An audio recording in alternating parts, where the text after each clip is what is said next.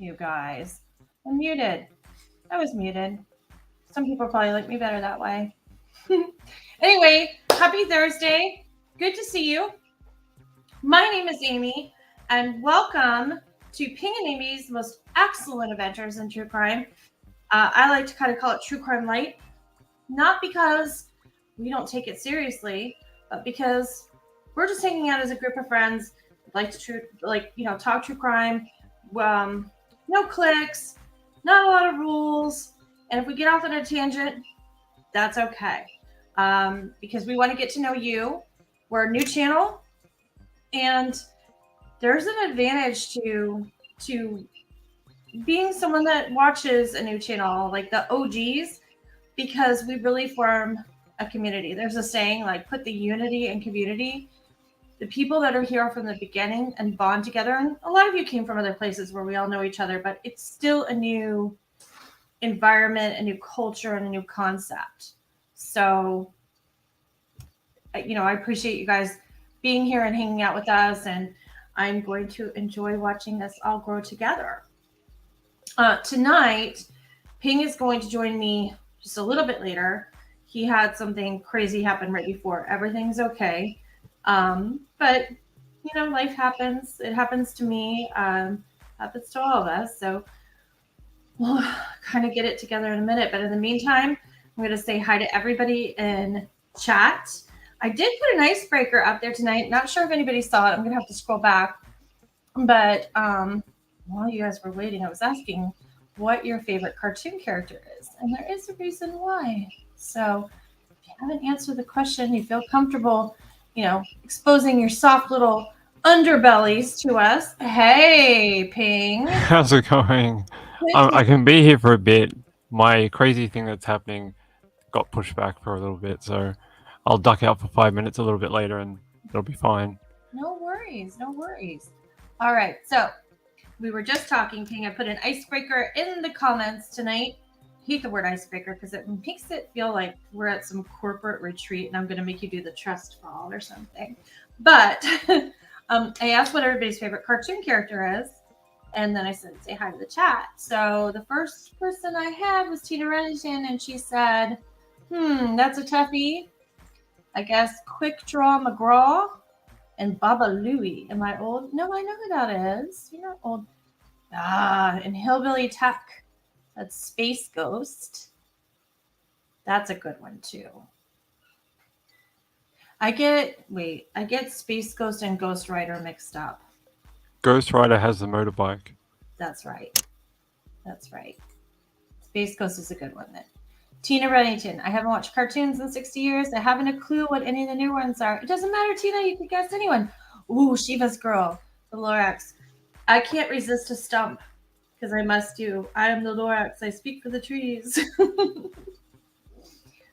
Shiva's Girl. Hey. Good to see you. Let's see. Anybody else answer? Let's see. Ooh, Marilyn Landis likes Bugs Bunny and the Roadrunner. I used to live for that on Saturday mornings. Oh, and Emily likes Snoopy. Ping, do you have a favorite? I'm more a comic book person. I like Spider-Man. I'm a comic book person too. I didn't know that about you, to be honest. I don't think we ever talked about that. Don't think so, nope. I like Squirrel Girl. My sweet husband hunts them down for me every once in a while. And there's another one called Hip Hop Family Tree. Oh my gosh, it's great. Love it. But I think I was more of like I like comic books a lot, and I discovered I liked them really late in life, like late life, like in my 30s.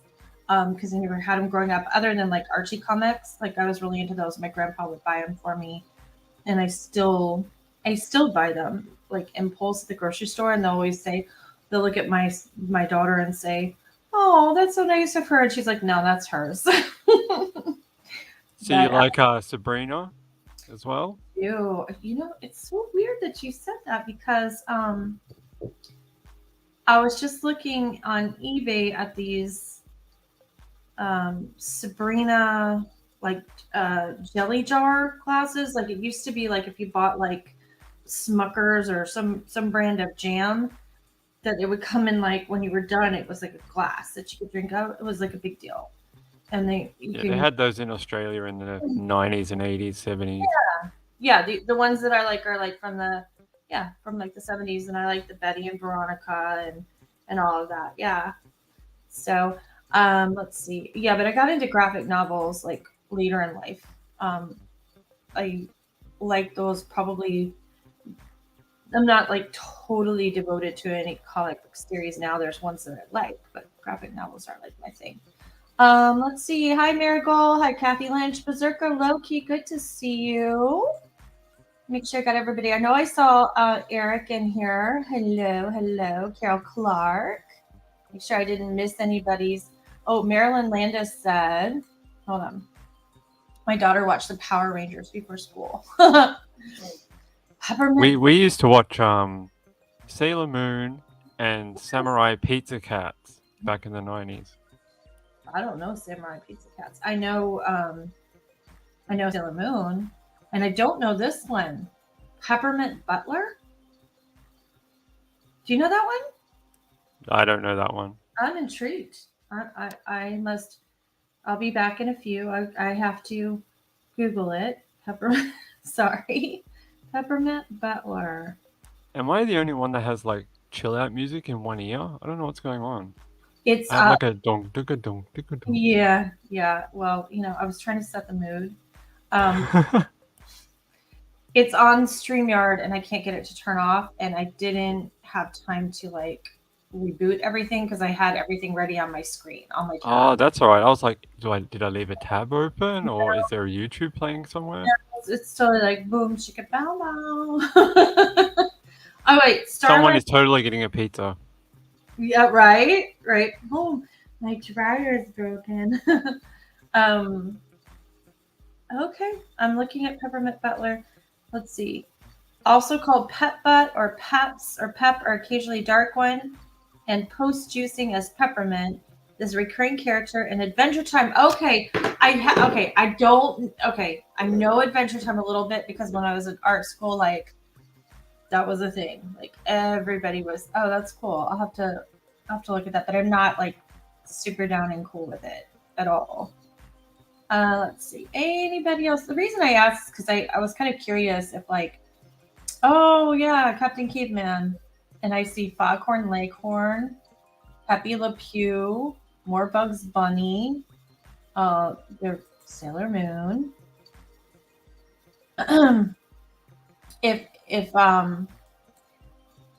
Yeah, okay, I got you now, Berserker Loki. Now I'm gonna have to go back and watch because you have good taste, and so maybe like just didn't take the first time. I remember watching a little bit of it, like when I was at Full Sail, because like I said, it was like that was like a big deal. But the reason I asked is because I was kind of like curious if people that like true crime were the people that liked like the mystery kind of cartoons. Like the one that comes to mind is like Scooby-Doo. If that was like, I was just curious if there was any, like if I would find any of those kind of responses. Or like there's one that I really like called Gravity Falls. It actually started out as a comic book. But I've always kind of gravitated to those. So I was just curious. It was a way to start the show. Now I know. Other than your little waiting game that you got going on over there, anything going on in your world we need to know about? You want to share? Show and tell? The only thing is, what I told you yesterday, I'm going to go see Chris Rock next week for my birthday. So that's fun. Yeah. So if you tell me, then you haven't told them. Yeah. So you're going to see Chris Rock for your birthday, and that is like a lifelong thing for you, right? Like something you really wanted to do for a very long time. Yeah, I've never seen him live, and he's probably my top number one comedian that I love. So I just saw an article yesterday that said he was going to be in Melbourne next week, and I went and checked tickets. They still had some, and I was like, I'm going. So yeah, that's awesome. That's really cool. Gosh, I haven't been to anything like that in such a long time. I think I need to start making like plans, even if they're, I mean, I do have some plans that are way, way, way out, but I need like little milestones to look forward to. Do you feel like when you do things like that, like your motivation and your mental state are like better because it's like, oh, I just get through this week and a half and then I do this, even if it's not like a big event like Chris Rock, even if it's just something like I'm gonna go get tacos. I think it adds complexity to your life, which makes it more interesting. Yeah, I think so too. I'm trying to get back into uh, working in some habits that that it's like 30 days to establish a habit, and like I think it takes like four days, 3 or 4 days to break it. And I broke a lot of habits in the past year, and I'm slowly trying to add them back in. I'm struggling a little bit, because I think when you're already doing a bunch of stuff and then you take a break, you think that you don't have to follow this rule and add them back in one by one and you could just go full force. And I tried to, and I mean, I crashed and burned. So I need to sit down and make a list of stuff like that. Oh, Tales from the Crypt. That's a good one. Battle of the Planets. Oh, yeah. So Marigold says, I suppose my Battle of the Planets could be a mystery show. I'm specifically meaning the English version, which had very different scripts. Okay. I will have to familiarize myself with that Marigold. And not just saying that because I like really will. Um, I am a kind of a geek that way. And let's see. Remember Groovy Ghoulies and HR Puff and stuff? I love Scooby Doo. My 26-year-old daughter and I still watch it. It's something that I've enjoyed with my stepchildren that they like it so much because I always did. So I agree. And I was always a fan of Croft puppets. Like that was like a huge thing. Like Sigmund the Sea Monster and all of that stuff. All right, and then let's see. Finally, Marilyn Landis says, my daughter is going to see Red Hot Chili Peppers and Rammstein for her 40th birthday. Wow, that's du hast, right? That's Yeah, I actually saw them in like 2000 or 2001 at the big day out yeah. in Was it good? Australia. Yeah, it was good. And then I saw not Blink, Limp Bizkit like the next year. So it was a pretty big year. Oh, that's pretty cool. So I think I've been listening to the Red Hot Chili Peppers since I was like 15 or 16 because I remember like Freaky Styley and Catholic Schoolgirls Rule. And I'm not saying this to try to be like cool or like I was in it before it was cool. I have such a problem with them now because I don't like anything after the Mother's Milk album. And that's all they play on the radio. Really, every once in a while you'll catch Higher Ground, which I think is off of Mother's Milk. But that's like a remake from Stevie Wonder, I believe. So it's not even like really one of their songs.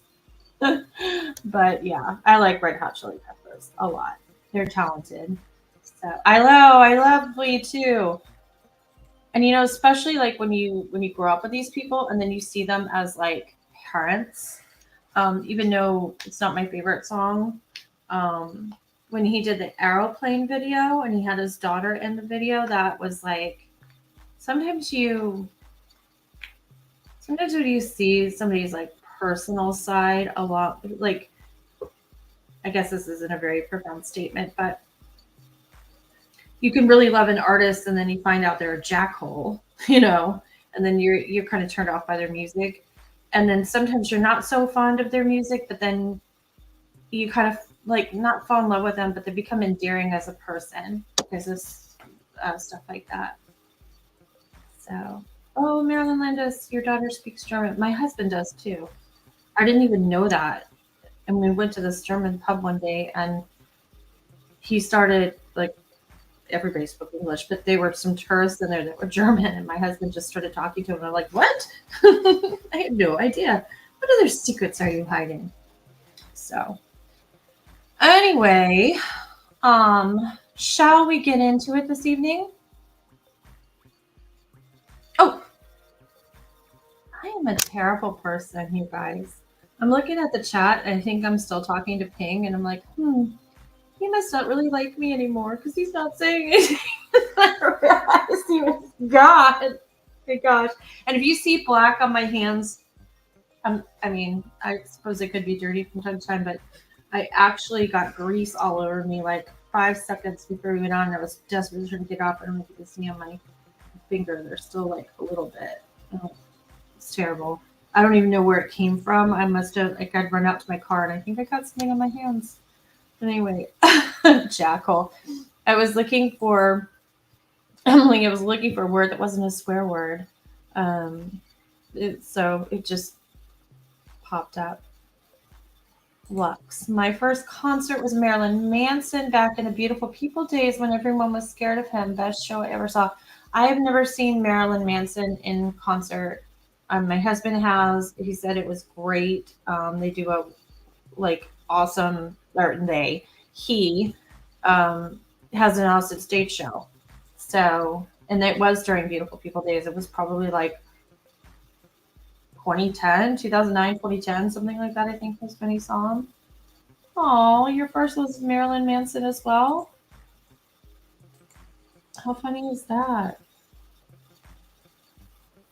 My first concert ever, what do you think?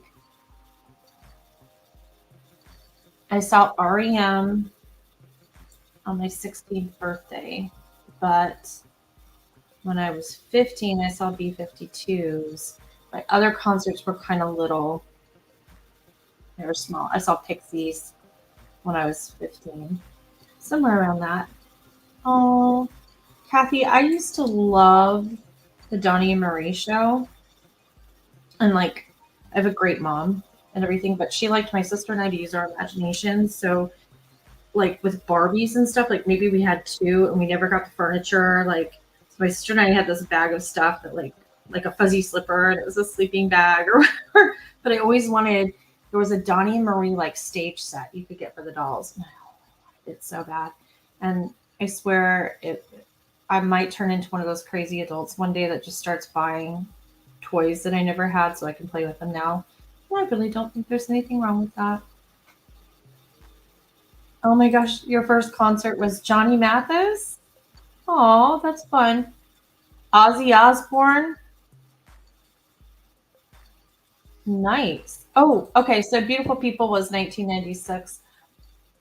Yeah, I didn't know. I'm not like, I like Marilyn Manson, just not a huge, there was stuff going on in my life then that like I wasn't like all caught up, I guess.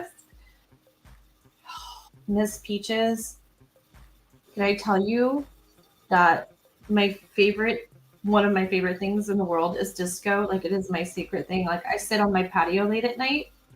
If anybody's ever talked to me on the phone, like after a show or whatever, like especially if it's a weekend, I'll be having my dirty disco nights just all by myself.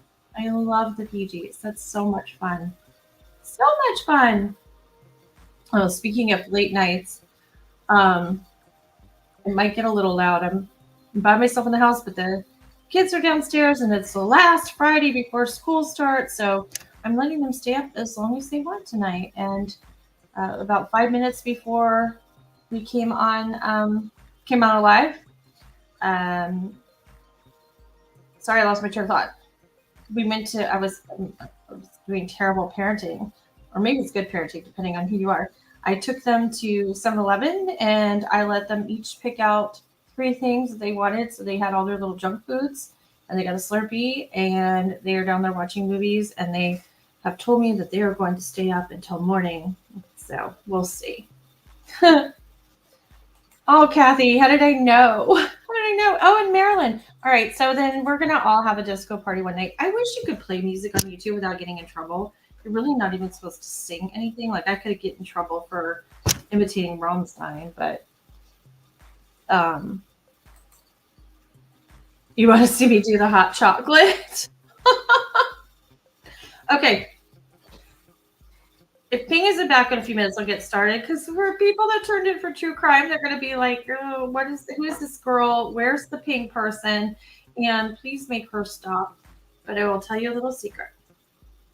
And let's see, it would have been in 1978. I went on I think it was 1978 or 79. I went on, no, 78. went on a cruise, like a family reunion cruise, with my family. And I was 5 or 6. And my cousin Scott was 10. And we entered a disco contest. And we won for Best Hustle. So I used to have a t-shirt that said, I'm a hustler. I think it was like SS Skyward NCL Cruises or something. So yeah, I did my little thing. But yeah, it was super fun. I love disco. Disco's happy music. So can I do the rocking chair bump? Oh, I know what you're talking about. Yeah, okay. Yeah, I'm sure I could. I could still wiggle. I could still jiggle, jiggle, wiggle, wiggle. All that good stuff. All right. Oh, you guys. I'm just going to sit here and talk about disco, and then that's going to segue into the Love Boat and Fantasy Island, and then it's going to be 11 o'clock at night, and I will get all kinds of comments about new viewer here. You said you were too kind. But it's okay. It's our own like secret little club, right? So, and Eric's laughing. Eric can tell you the truth. He can testify. Like, if you let me go, I will just keep talking and talking and talking, and it'll just go from one to the other to the other. And then all of a sudden, well, you can't tell on the phone, but you can see it here. I'll look up at you and have no idea what I'm talking about or what happened or where we're going and who's on first and all that stuff. So I'll just drink more coffee. All this time, still can't figure out which way the camera works. Anyways, I wanted to talk to you guys tonight about platform shoes. No, not platform shoes, Marilyn Landis. I wanted to talk to you guys about Jose Reyes, who is in custody because he allegedly abducted a 12-year-old girl not last Monday. He abducted a 12-year-old girl and killed 2 other people in his home in Alabama, in his mobile home in Alabama. And the way the story kind of evolves for anybody that hasn't heard is this past Monday, which is, let me just check my calendar so I can be accurate the dates, because that's something I'm not good at. So yeah, it was the 1st of the month. It was August 1st. There's a motorist going down a road in Alabama, and there is a young girl walking down the road. Appears to be in distress enough where there was a call made to police. And when the police arrive, an ambulance is already there. She's receiving medical attention, and a story begins to unfold. She has been abducted. She has, I don't know if I want to call it ligature marks exactly, but she has areas on her wrist where you can tell that she has been tied up. She tells them that she was tied up for about 5 days, and that she got out of the house and escaped by chewing through her restraints.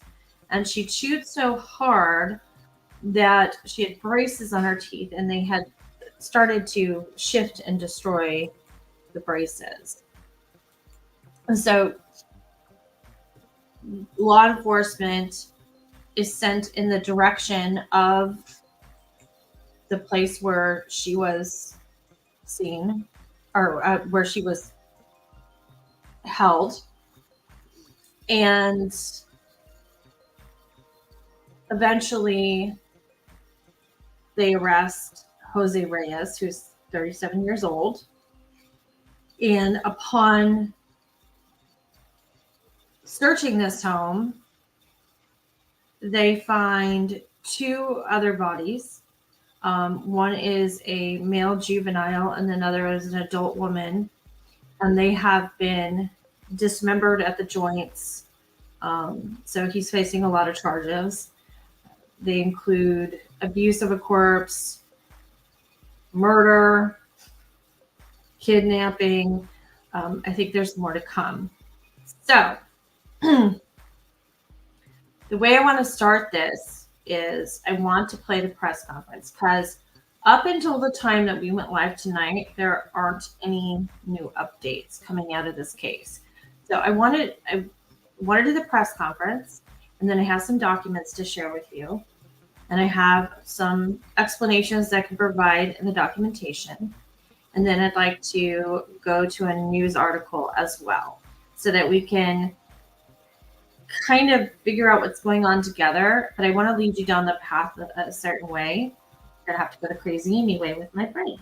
So let me do this. I am going to go ahead and mute myself. I'm going to put on the press conference. It's also linked in anything that I do tonight is going to be linked in the description. And I've given credit to the affiliate station, and I am using it under fair use. So it's about, it's going to look like I cut it off early. I'm not. I mean, I am, but it's just the door closing in an empty room for like the last 90 seconds. So let's watch the press conference, see what the police in Daysville have released, or in that county have released. It's Toulouse County.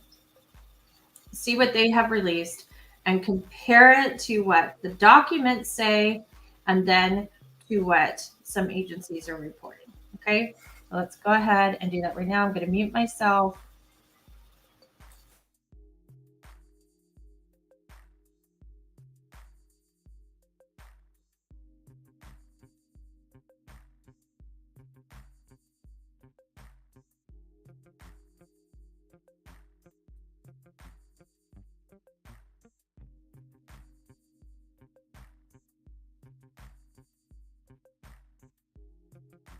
Effort. Yesterday, about 8:26, our office received a call of a young juvenile female walking the roadway in the area of 3547 County Road 34. I think Ms. Debbie has been to the scene. During the initial investigation, from the information that we received and collected, we were able to arrest Jose Pacual-Reyes of this same address of 3547 County Road 34 for kidnapping in the first degree. And he was arrested in Auburn, Somerville Circle, by the Marshals Service or Police Department. During this investigation, overnight investigation, processing the residence, we have found located 2 decomposed bodies from forensic sciences pending the identification. At this time, our district attorney, Mr. Jeremy Derry, will make some additional comments in regards to the charges. Thanks, Sheriff. Thank y'all for coming out. At this time, we're looking at multiple counts of capital murder, along with kidnapping in the first degree. And of course, once we continue and I feel certain that several more charges will follow. Thank you. We will entertain a few questions in regards to, this is a very fluid investigation. Things are changing, and we do not want to jeopardize the identity of our juvenile until we get other information from forensic sciences that be limited in giving you that information. So we have SBI with us here, also the DA's office, and also Aimee, as well as my Chief Deputy Fred White, who y'all been dealing with yesterday. So I hats off to them. They've been around the clock. We're still processing the scene. We'll probably be there the rest of the day with the assistance of SBI. So I'll entertain a few questions. Be limited, please. Rosanna Smith with WSFA. Are you all releasing the relation between that 12-year-old and the person in custody? And do you all know anything regarding your relationship? We're not at that stage to be able to release that information, the kinship or relationship. We do not want to infringe on what's going on behind the scenes. Thank you. Sheriff, according to court documents, this 12-year-old juvenile was tied to a bedpost for about a week, was drugged allegedly with alcohol, but somehow was able to chew herself free from those restraints, get out into that road, and flag down help. Can you confirm that information that is in the court documents, and what do you want to say about this 12-year-old's perseverance, sir? First of all, what stands in the affidavit, we stand by that affidavit to be able to procure the kidnapping warrants. And I would say she's a hero, and it's one of those things that we want to get into later. We're gave her medical attention, and she's safe now, and so we want to keep her that way. And that's basically all I can actually say. Have you been able to locate any of her family members? But we're not going to get into that right now. He said that you expected additional charges. Is that because you expect to find additional bodies, or have you found additional bodies besides the two that you just mentioned? I will say that we expect additional charges just based on interviewing all participants. And we feel that more charges will follow these. And there was, as far as I know, there was no missing persons report out for this juvenile. Am I mistaken in that, or was nobody really looking for her? Now, the first contact we had with her was yesterday morning when the pacifier was able to stop with her, and they reported to us, so she was not considered a missing person. Sheriff, the two decomposing bodies, do you know how long they had been there? What location of the mobile home were they found? And do you know if they are related to the little girl? All this is pending the identification through forensic sciences. I'm not going to get into where they were found or who they are at this time. I hope you understand. How difficult is it to handle a situation involving a young child like this? As always, this is horrendous to have a crime scene of this nature, and also a 12-year-old juvenile to deal with it. It's a horrendous situation, that we deal with every day. Do you all have an update on his or her condition, the 12-year-old's condition? She's doing well. The suspect, where is he right now? He's in our facility. We'll have a bond hearing for him on the first charge of kidnapping first degree, and then the additional charges will be a bond hearing by our district judge, Kim Taylor. Has he given any statements to police? We can't reveal that. Do you know how long they had lived in that residence? Probably since February of 2022 is the best information that we've actually been able to gain through the investigation. Did he live alone, or did he live with other people? There was other people at the residence, and that's basically all I can give you right now. In court documents, his driver's license wasn't given in public record. Is he a documented resident? That information we're working on that now with Homeland Security. As you see, I told you Homeland Security is working with us, so we're actually working on that.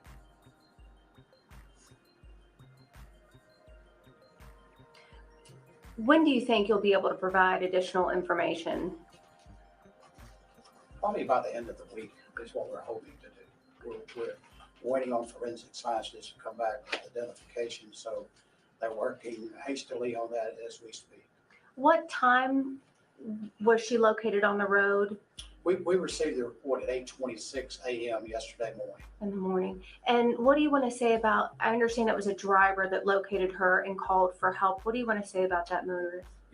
We always say something, say something. And it's one of those things that, you really don't know what you're actually doing, but you're helping that young child when you're stopping there. You volunteer your services to do that. So we're very appreciative to the people that actually came forward and identifying and notifying us. And mentally, this will be my last question. How are you and your staff holding up? I understand it's quite a horrific scene. They're tired, persevering. They've done an excellent job. You put away your tiredness, you put away everything else, and focus on having the results of this by arresting someone and charging someone. So that's how we look at it. Are you all going to, is there a way for us to get a mugshot of the individual? We'll be more than glad to give you this photograph, or we can, if you will provide an email to us, we'll be glad to send it to you, ever how you'd like to have it.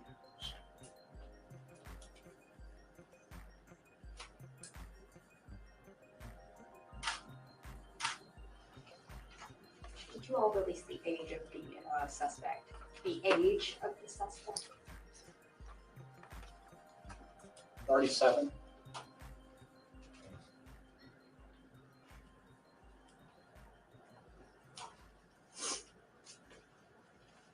Is there anybody still living in the house, in the mobile home right now? Besides No one is there except us. We're still processing the same. did you find anybody alive inside that mobile home other than the 2 deceased that you found? Did you find anybody else inside that home? No, we didn't. Thank y'all. Thank you. Do we give our emails to the chat? Yeah, if you allow.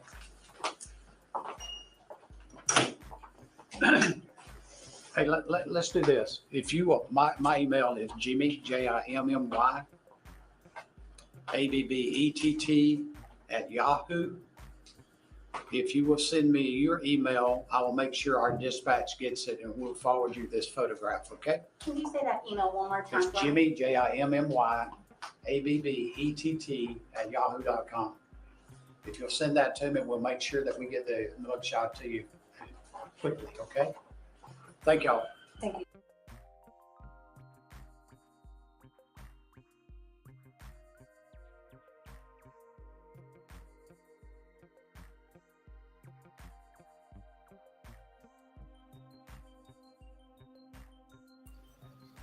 Son of a, you know what? Second time I did not turn my microphone back on. But anyway, what I was saying is, I love how he's like, just give me your send me an email. I'm at Yahoo, and I'll email you this photo, or you can have this photocopy. I have some of these. It's good. I'm glad they brought the FBI in right away, and that is very positive. So there were a couple things in this press conference that I want to address. And one is, one of the things that was asked is, are the victims related? And they did not want to comment on that. I want you to think about this. Well, I'll put two and two together here real quick. Sorry, I'm not making my point. You know what, Ping?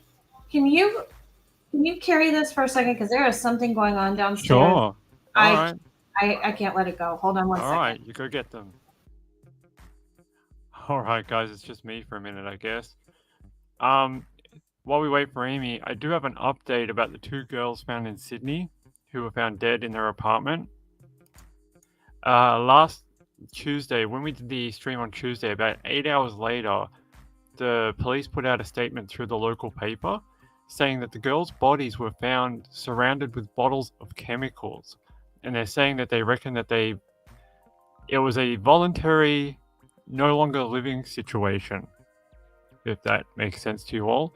So that's the update about those 2 girls. I think that's very sad that they found their way to a new country. They, got their asylum here, and they felt the need to do that. I thought that was, increasingly very sad situation.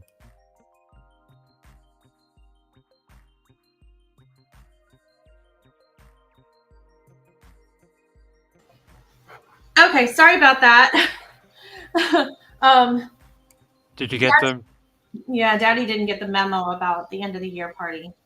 And so he was like, hey, everybody's supposed to be in bed. And they're like, no. And I'm like hearing everybody fighting. And I'm like, oh my gosh.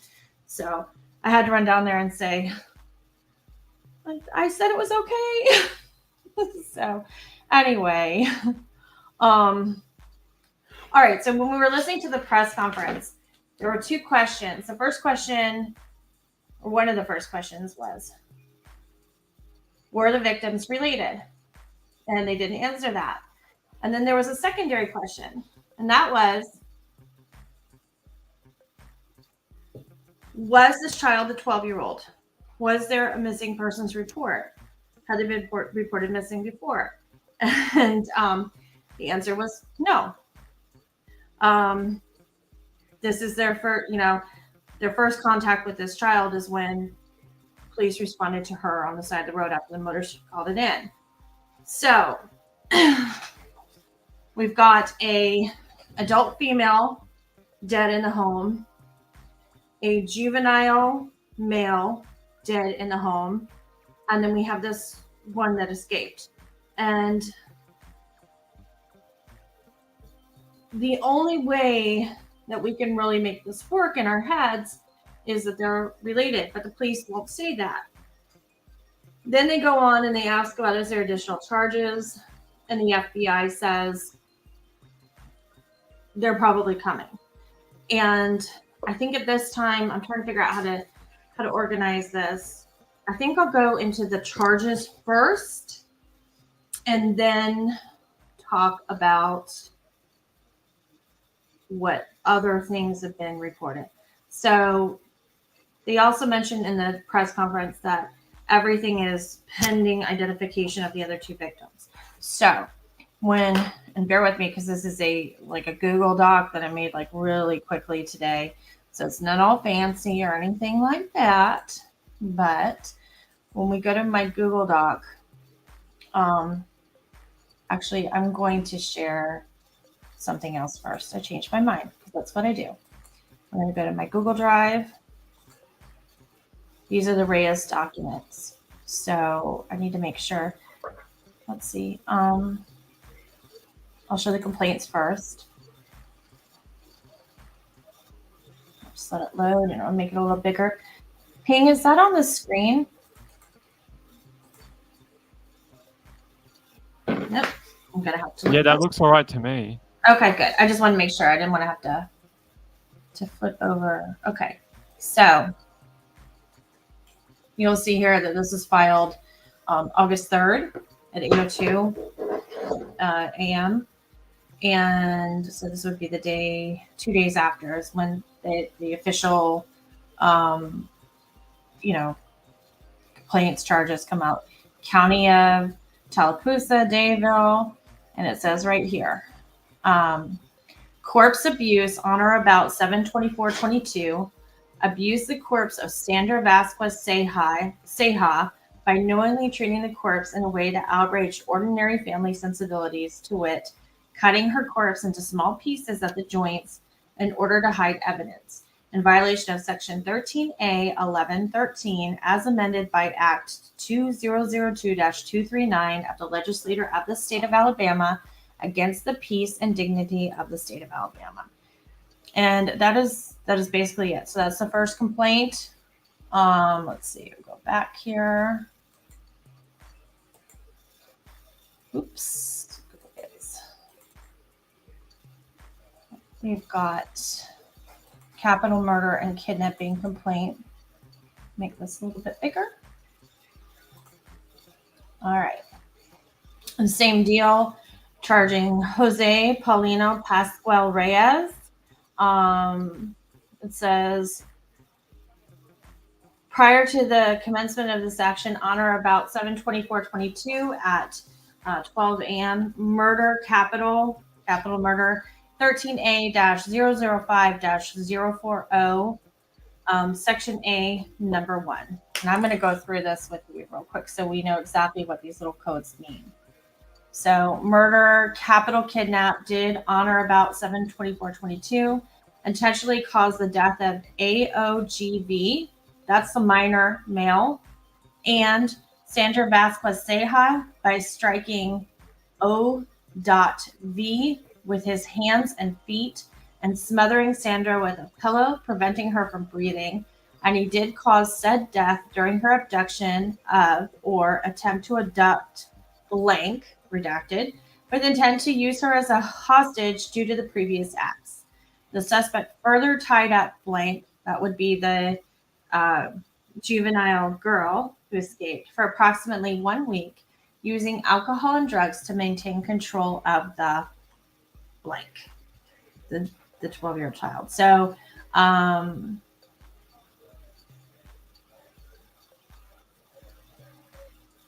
so it looks like to me, I can't see the chat right now, that he is killing Sandra because he has already killed the male child. So he's holding her hostage and he kills her. And of course, now he has the 12-year-old. She probably knows she's going to die. I think we can all assume one of the questions in the chat was, did the 12-year-old girl witness these? If she didn't physically witness, she certainly knew about it. I'm 100% positive on that. Like I don't have any insider information, but I can't imagine how she wouldn't. if she didn't see it, she knew it happened. So it's particularly cool. And I want you to keep that in mind when we go and talk about something else in a minute. So I'll skip over to the next document, and, which is basically I have two left. One is pretty straightforward, but we'll go ahead and share it anyway. There was a question about whether or not he was a documented citizen. And when I say he, I mean Jose Paulino Pacual-Reyes, the defendant. We don't know that, but what we do know is that they have requested an interpreter because there are some communication issues, and that might be why they didn't have a statement right away, or why they weren't sharing that information, or he wasn't talking. But in any case, there is a language barrier at this point. So they have, that was let's see if that was today. So today they at 10:07 a.m. they requested an interpreter. So we know that that's going. So maybe we'll hear a little bit more. And then we also have let's see. We have his order on initial appearance that I can go ahead and share for you, or share with you. So, oh, I made it go bye-bye. Sorry. Go ahead and do this. So the above named defendant charged with criminal offenses, kidnapping, abuse of corpse ×2, capital murder ×2, and capital murder / kidnap was duly brought before the court for initial appearance on August 3rd, which was yesterday at 2:00 p.m., whereupon the court did the following as checked in the appropriate box. Name and address of the defendant, ascertain the true name and address of the defendant to be, that would be Jose Pacual Reyes. I don't know why I keep doing that. I'm so sorry. I'm a little trigger happy. I'm going to have to sit on my own hands in a second. Let's see. 2, they informed the defendant of the charges against him and ensured that the defendant was served with a copy of the charges. Informed the defendant of the right to be represented by counsel, that she would be afforded time and opportunity to retain an attorney, and further advised the defendant that if he or she were indigent and unable to obtain counsel, an attorney would be appointed by the court to represent him or her. So the defendant did request an attorney, informed the defendant that he had the right to remain silent and that anything he said would be used against him or her. So Mirandized. Number 5, under the topic of bail, or the issue of bail, determined that the defendant shall not be released from custody since charged with a non-bailable capital offense. Makes sense. Number 6, if charged with a felony offense, inform the defendant of right to demand a preliminary hearing under Rule 5.1 Alabama criminal procedures and the procedure by which that right may be exercised. So they went ahead and did that. And then let's scroll down. Notify the district court that such demand was made. Defendant made no demand for a preliminary hearing at the initial appearance hearing. So there's that. And then the second page, I just hate it when there's a page 2 and nobody shows it. So page 2 is just, the court case where it is, blah, blah, blah. And then down at the bottom, it is important that affiant is indigent and request is granted. So he will get a public defender or a court-appointed attorney because of his financial status, and he requires representation. So we have that. And then finally, let's see, I did it again. Let's see if I can do it like this. Finally, we have this little one. I'm going to try not to touch anything. So this is a first appearance hearing. You are charged with committing the offenses: kidnapping, abuse of corpse ×2, capital murder kidnapping, capital murder under age of 14, capital murder 2 or more, and then it lists a bunch of codes. This 13A-006, I got all of them. We're going to go through them one by one, but I'm not going to read them off here. The primary purpose of this hearing is to ensure that you know and understand the charge or charges against you. At this hearing, there will be no determination made about your guilt or innocence of the crime charged, but only a determination that you know and understand the charge or charges against you.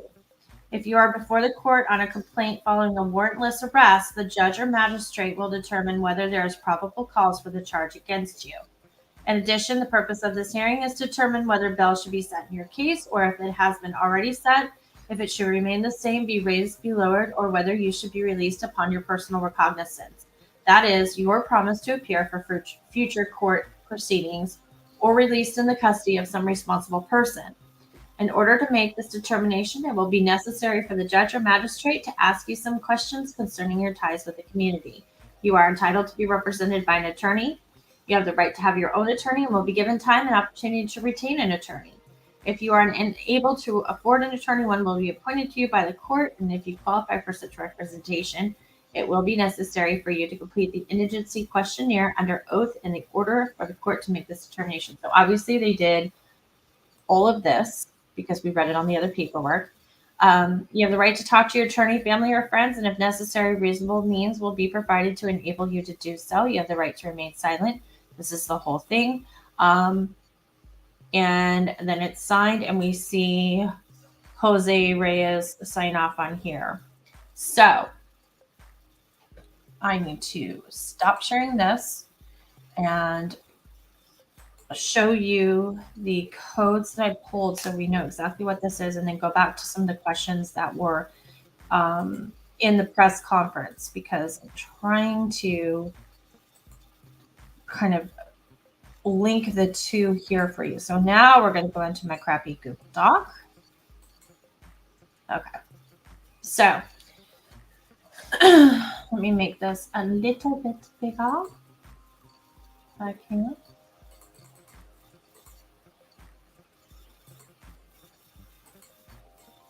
Okay.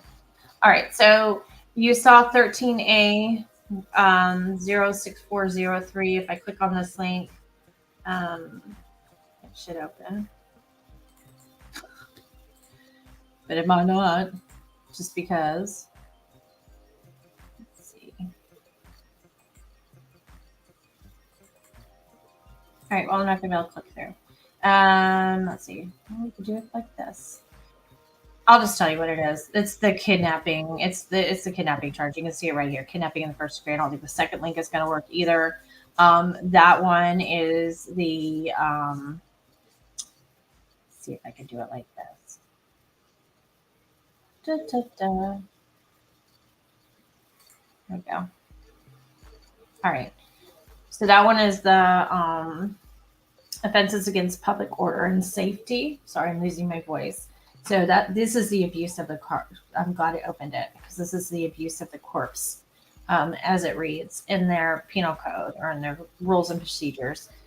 So abuse of a corpse. A person commits the crime of abuse of a corpse if, except as otherwise authorized by law, meaning like a funeral director or an embalmer or whatever, he knowingly treats a human corpse in a way that would outrage ordinary family sensibilities.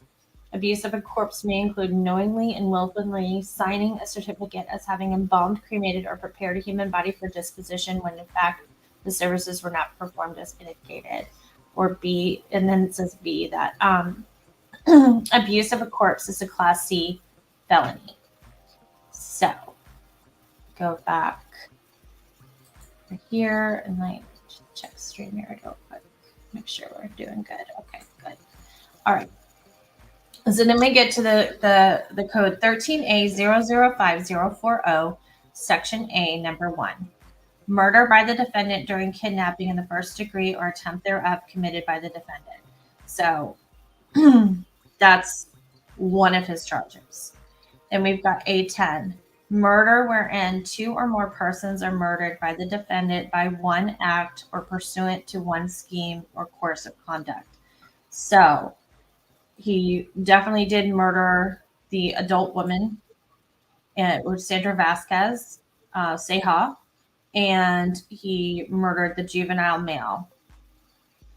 Then we go to A10, murder wherein 2 or more persons are murdered by the defendant by one act pursuant to one scheme or course of conduct.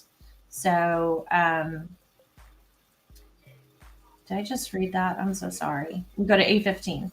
Murder when the victim is less than 14 years of age. So we know that this juvenile male is under 14. That gives us like a little clue in there. And then let's see here. The following, so Alabama Code 13A, this is the entire code. So the following are capital offenses. So we read 1. We know he's charged with 1. 2 isn't on there. 2 is murder by the defendant during a robbery. So that one's out, right? We're considering additional charges here. Number 3 is murder by the defendant during a rape in the first or, whoopsie, I skimmed a little bit too much.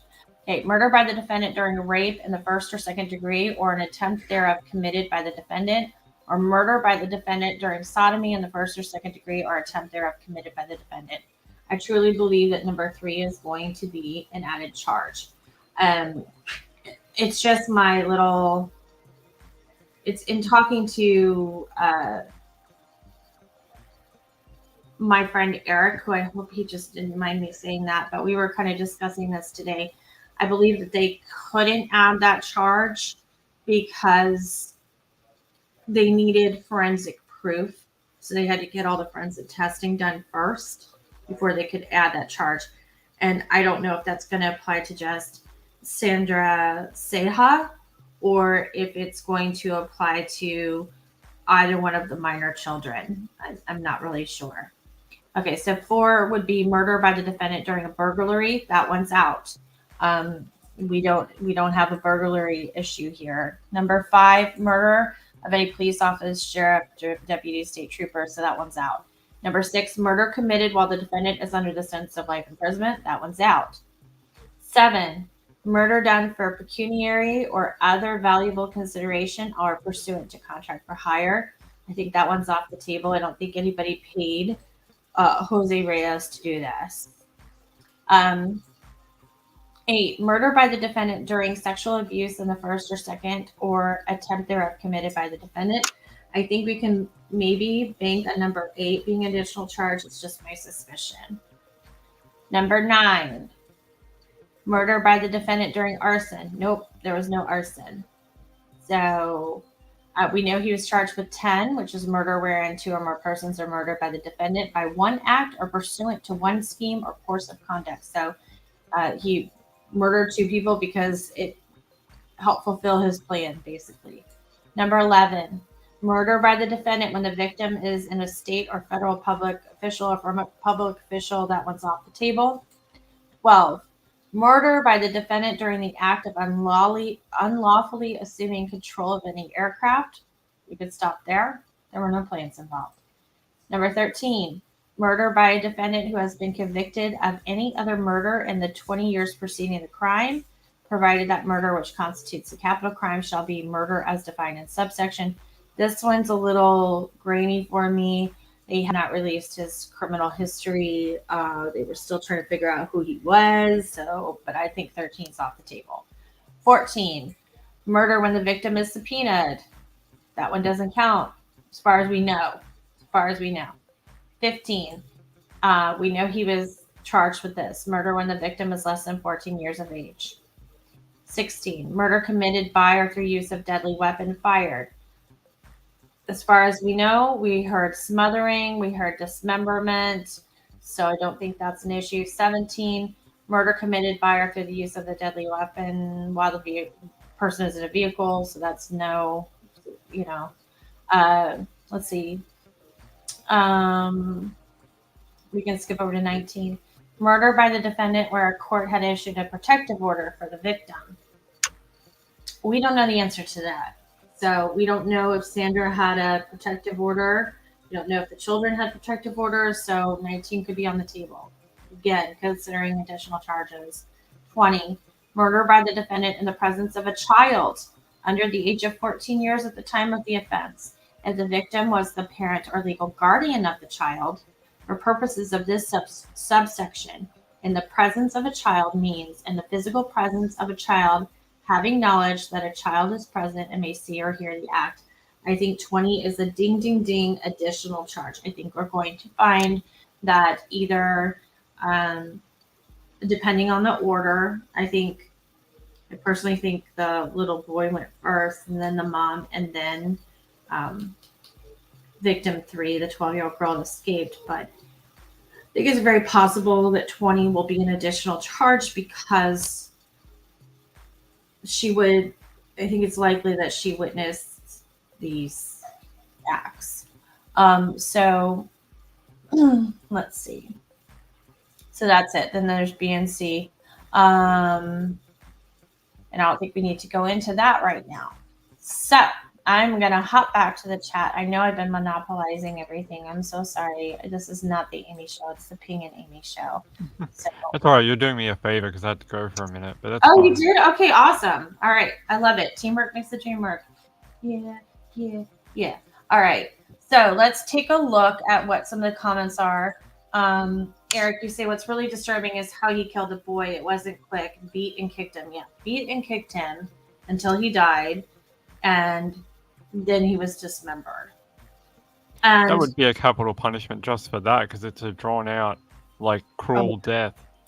Well, it's no matter how you look at it, it's totally a capital murder case. I mean, this is really, really sick and really bad. We were just trying to figure out earlier, reading those codes on the report, what each one meant. So we had like the abuse of the courts and the capital murder or whatever. And then when we're going back to the press conference and they're saying additional charges, we're trying to figure out what they are. And if it's like a parent or if the child witnessed it, there was sexual abuse, any of those things are going to be additional charges. And I think there will be. I think it's going to come back like that.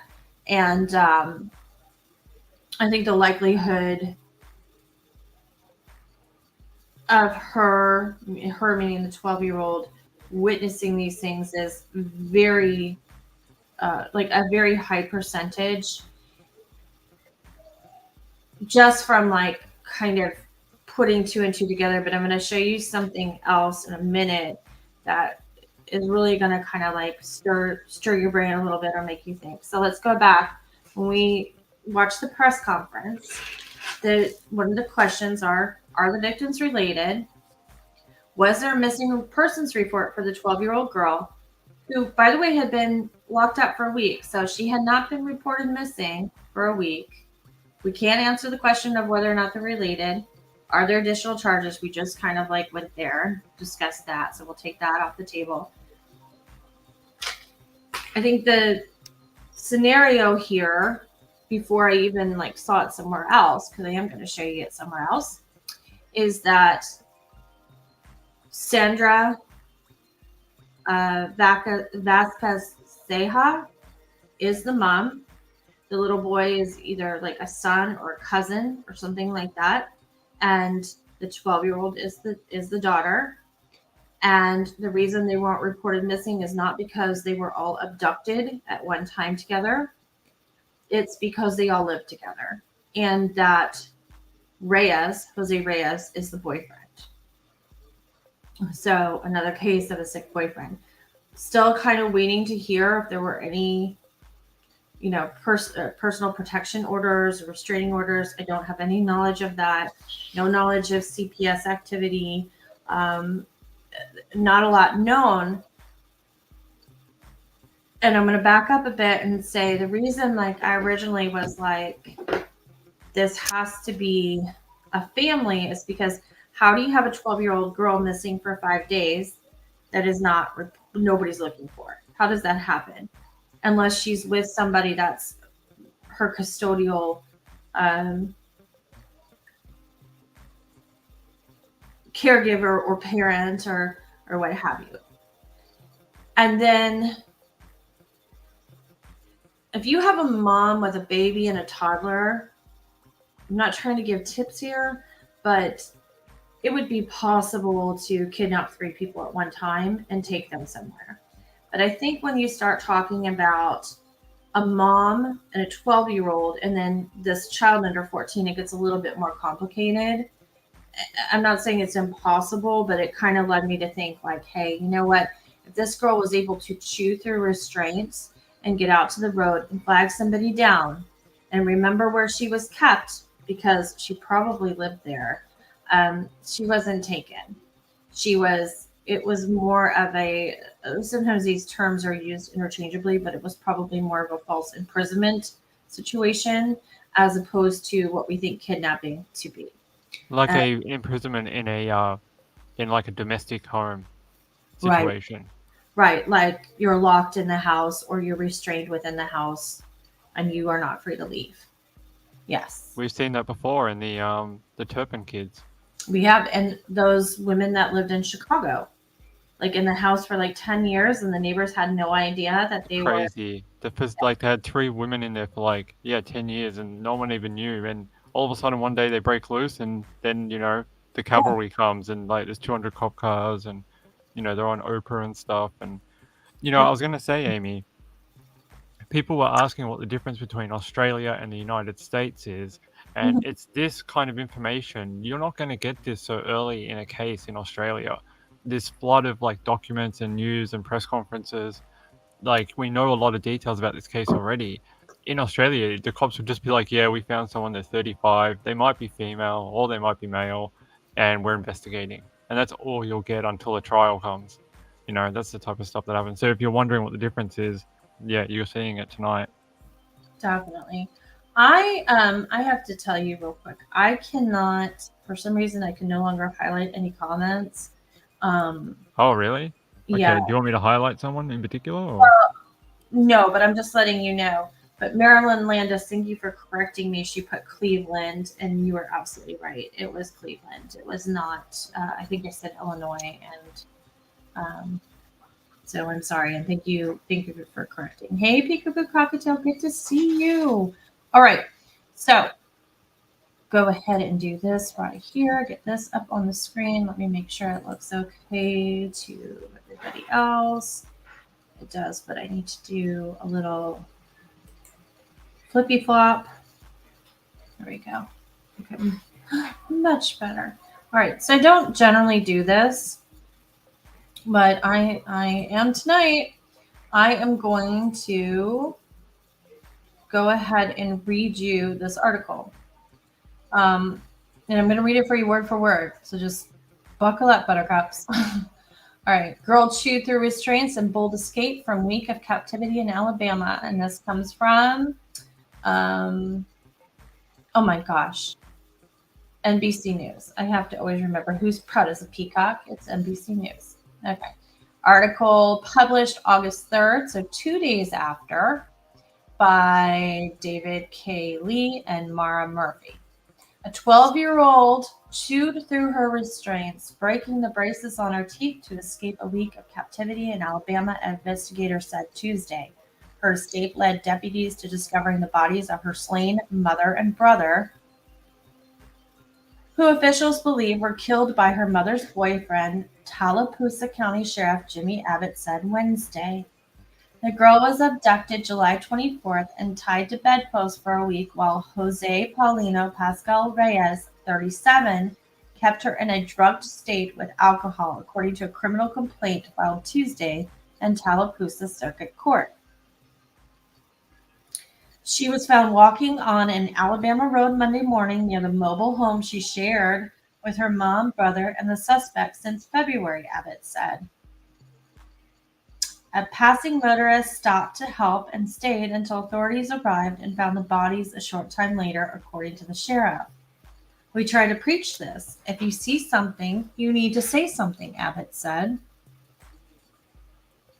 You don't need to go down the road and say, what should I have done? And then you find out that this happened, because I'm sure that there's more motorists who passed her that day. Pacual-Reyes has been charged with kidnapping, 2 counts of murder, 2 counts of corpse abuse, court records showed. He is accused of smothering Sandra Vasquez Ceja, 34, with a pillow and cutting her body into pieces in order to hide evidence, according to criminal complaints filed Wednesday. The younger victim was identified in court papers only as a boy under 14. His death was caused by the suspect striking him with his hands and feet, a complaint said. His body was also cut into pieces in an alleged effort to cover up the crime, according to court documents. The kidnapping and slayings happened July 24th, with the abduction intended to violate or abuse sexually, the complaint said. The 12-year-old boy had broken braces, the 12-year-old had broken braces from chewing out of her restraints, authorities said, adding that deputies observed marks on the victim's wrist indicative of being restrained. The suspect on Wednesday faced a judge for the first time, and he was ordered to remain in jail without bail. His court-appointed defense attorney could not be immediately reached for comment. The sheriff called the girl a hero and said this is one of the worst crimes he's seen in 53 years in law enforcement. It's kind of hard to put into words, Abbott said Wednesday. All of them murders are bad. This is horrendous. I've seen lots and lots of homicides, and this is horrendous. So, here's my question to you. And when I say you, I mean all of you. Just scan back up here. First of all, I'm going to point out, I'm going to start from the beginning. This article came out on Wednesday. Originally, before this article came out for NBC News, I found it in a news outlet from New Zealand. They were reporting this, and from another publication or press organization outside of the United States. That's always kind of skeptical. And then I can show you that, it's pretty much the same article. Then I found NBC News and CBS News both reporting this, along with some other smaller outlets, but not the local affiliates. So that's kind of interesting. Because as you can see here, right away, paragraph 3, let's see. Paragraph 2. Remember the press conference. Are the victims related, and was there a missing persons report for the little girl who was 12 found on the side of the road? Paragraph 2. Her escape led to deputies discovering the bodies of her slain mother and brother. Right there. That's familial. Who officials believe were killed by her mother's boyfriend. So their naming officials told them this. I mean, we have to assume that this is credible journalism. Tallapoosa County Sheriff Jimmy Abbott said Wednesday, so they go right to the sheriff. The official is the sheriff. So I'm not really sure why this isn't this hasn't been made public, but I wonder if there was a local embargo by the sheriff's department. It's very kind of weird, right? Right. It sounds like maybe it got pushed through Reuters, and then that's why it ended up in international first. Yeah. And then they had like some sort of local embargo until their press conference, like yesterday. I'm not sure, but it's a little weird. Because the thing is, they do quote some parts of this. Like, if you look right here, let me see. We try to preach this. If you see something, you need to say something, Abbott said.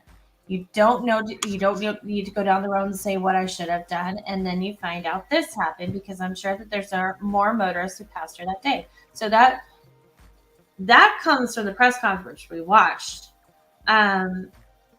They talk about the charges, and then they go into details. He's accused of smothering Sandra Vasquez, who, by the way, she was named in the complaint. I was confused about that earlier today. I was like, wait, what? I'm like, I thought it was just a woman. And then I went back and looked, and before I went back and looked, I was on the phone with somebody, and it was Eric, and Eric was like, no, she was named in the complaint. So they name her right here, but they also say that he is accused of smothering Sandra Vasquez Ceja, 34, with a pillow and cutting her body into pieces in order to hide evidence, in quotes. So, I mean, did they have a statement, or is that per the code? Because that's not on the documents that I have from Wednesday, and it looks like he needed an interpreter today. And the press conference, they wouldn't comment on whether he had made a statement. So that's a little confusing. I'm not. There may have been a private press briefing, Aimee. Yeah. You know how they do that, and they do like a closed room press briefing, and then they get like a rundown of the case, and then they're like, okay, we're gonna go do the public, like the thing, and then you can write about that, and then some of what we've told you in there, and then you can't write about the other stuff we told you. They do Right. a lot of that in crime. I don't know why, but they do. No, they do. And I mean, during the Gabby Petito case, there would be statements made to the press, but they were embargoed, meaning it was for the press's knowledge to keep in the back of their head to start working with or to make some connections, but they weren't allowed to report on that. So there was some questions like the PIO would Off the record, basically. answer questions. Yeah, basically off the record. Like, I'm going to answer this, but you can't report it. But what's interesting to me is that from what we understood not that long ago, that the forensic testing wasn't back, they wouldn't comment on this, and then all of a sudden it's just dumped into an NBC article. I understand there's private conferences, but it's kind of weird that it's not all over the place, because it really isn't. When you really look, not everybody's as confident as like this article, but then you've got CBS too, so it's not just one that got the exclusive. You know what I mean? It's just it's kind of a mishmash, and I don't think there's anything corrupt going on. In fact, I said earlier that I'm very proud of a county like this bringing in the FBI right away and following their protocol. And I get a good feeling from the sheriff, and I think they're doing a very good job. We did have cause of death before for the juvenile. They're saying the kidnapping and slayings happened July 24th. And right here.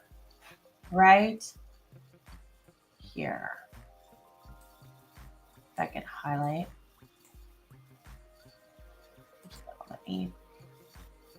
But all right, doesn't matter. Okay. Intended to violate or abuse sexually. So right there, that's going to bring in, I believe it is charge number 8, which is there were 2, but either in the hurting somebody in the process of a rape or in connection with sexual abuse. So I think that's going to be an added charge, and I think that's like kind of backed up in this article. We already knew that the 12-year-old had broken braces, so that's kind of whatever. What else did this reveal? That he didn't have bail. Sheriff called the girl hero, and that's it. But here we are with another case of mommy's boyfriend abusing the kids and domestic violence, and whether it was just that one time or not, it's still domestic violence, right? And then ending in murder. It's terrible. And I hope they throw the book at him, Aimee. Like, he just deserves to visit the chair for this. I mean, anyone who does this kind of stuff got to like be willing to accept those, the ultimate consequences, because it's disgusting. It really is. It is. I don't know what comments have been got over, but I want to read some of them if that's okay with you. Go for it. Okay, Tracy L. Tracy L. said, so if he kept her wasted, she didn't hear the awful stuff in the background, I pray. I hope so too, but it was also to physically slow her down and for control, I believe. But it might also have been to keep her calm. Actually, that's a good point now that I think about it. It is very disturbing. Yes, I can't even imagine the amount of blood with dismemberment. And CLH, I'm glad you said this, because I'm wondering, we don't have any confirmation on his criminal history that I'm aware of. I looked for it up until the time that we went live and could not find it. So that'll be interesting to know, and certainly that'll come out in the next few days. And then BCBE, yeah, there's no motive as of yet. So we don't know what this motive is, or why he would do something like this. I have my own ideas, but they're speculation based on some of the charges and some of the statements in that article that I just read. Aimee, do you think he did this so he could keep abusing the girl, and then maybe when the mother became more coherent about it, he killed her? Is that sort of the line, or am I off on the wrong direction? Yeah, I think he might have been abusing. He was at least abusing one of the children, in my opinion, and he did not want to be.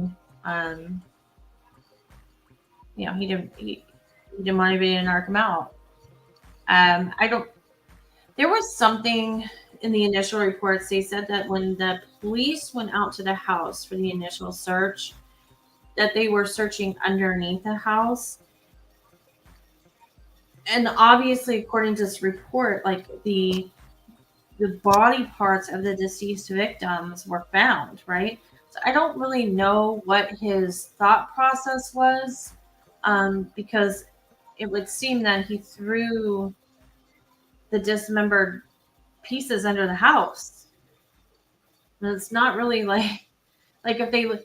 And I'll tell you this: I read in another place that Seha, the mom, had been using that address since February. She had received some traffic tickets, and that was the address of the trailer where all this happened, was the address she was using for her DMV. I don't know if it was exactly on her driver's license, but that's where her traffic citations were mailed to. So we're talking, at least 6 months that she's been there. That's where they say that, how long they say he's been there. I don't know if they all moved together. I don't know what the situation is. That's kind of something that will definitely come out. And I just thought about something else. So if you saw my eyes kind of cross, it's like the way my weird brain works. But there was a point during the press conference where one of the reporters said, were there other, this is before we knew it was familial, okay? Do you know if there were other people living in that trailer? And the sheriff said, yes. I don't know if it's the sheriff or the FBI agent. I have to go back and watch. And then more towards the end of the press conference, a reporter said, are any of those people still in the house?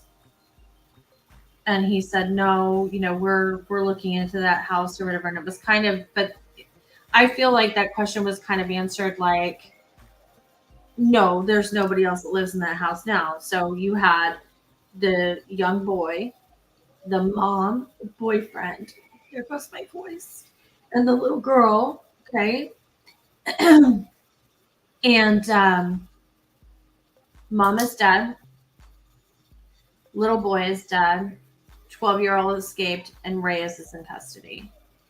So I think they were all living there together full time. Wouldn't that be like what makes sense?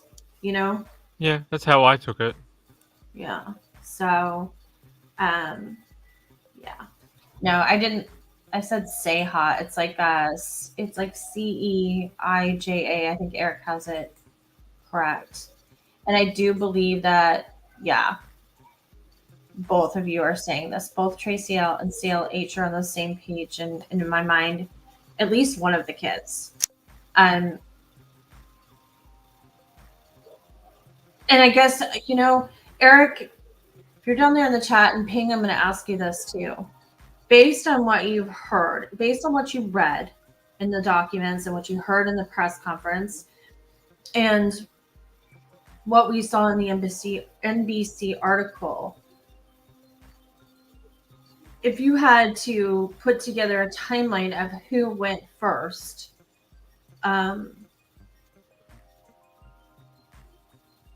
how did you interpret that? Like, who died first? Oh, I'm terrible at this. I would have thought the mom. That's what I would have thought. Yeah. You know, because once she goes, the control or access issues get easier. At least that's how it goes in my head, but I'm probably wrong. No, I agree, and that's generally how I think too. I don't know why 100%, but I feel like the little boy went first, and that kind of throws a wrench into it too, for me, because it's like, why would the little boy, why would he go first? If this is covering something up, why would he go first? Unless there was also ongoing physical abuse in the house, and somehow, Maybe he was starting to talk about it more. well, Like it's uncontrollable. think about the way he died. He died by being stomped and kicked and hit. So did it start with that? Because they don't write in the report like, and thank God they didn't, because I can't stand when police agencies write things like discipline out of control. Like, then it's not discipline anymore; it's abuse. So was he physically abusing the little boy and he died?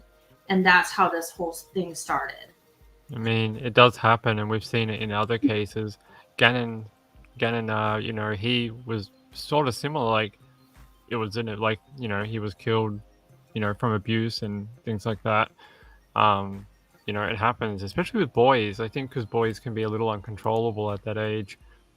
For some reason, people just think it's all right to beat the shit out of them, and you know. Yeah. And it's just I'm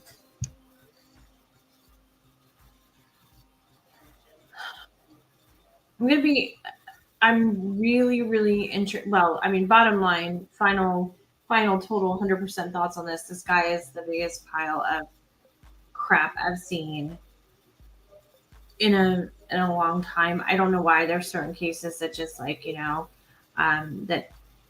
that you're drawn to for whatever reason. It's not like it's terrible to say this. It's not like I don't see this every other day, or somebody doesn't send me an article every other day. I could be on a live stream 24 hours a day and never stop reporting on parents or people in positions of authority who kill and abuse children. It's disgusting. But there's something about this that feels a little different. And I want to know I guess I want to know exactly what was going on in that home prior to this. I want to know what his past history is.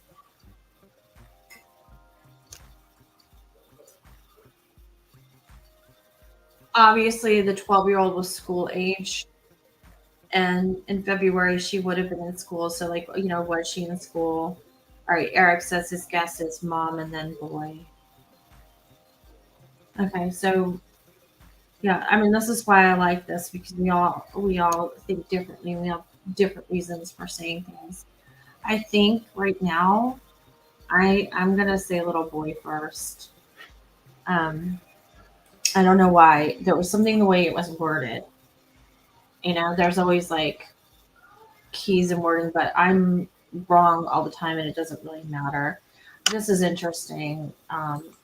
Feels like he wanted the little girl for his own. Yeah, I can see that. Yeah, that's what we were saying before. Mhm. I think that was a access issue. So yeah, I could totally see. Oh, I'm so behind in the chat. Sorry. Yeah, how long were they dating before she moved in? Like, how did they meet? Like, did he work? It's all a little weird. I know a lot of people were really concerned whether he was documented or not. I was like, sometimes I start thinking about things, and then well, of course you do, you work them out in your head, but I was like having this like thing like, oh, if he's undocumented, does that mean they'll just extradite him and he won't serve his time here? And I'm like, no, that's not what happened. So we're good to go on that. In any case, he's facing capital charges, and it's Alabama, and I think his ass is gonna cry. So there's that. Think I am done with my little TED talk here. that's all right. It was only like 10 minutes. There was something else I was going to ask you about though, if you heard about today, and I need like a moment to just think about what it was. Oh, I know.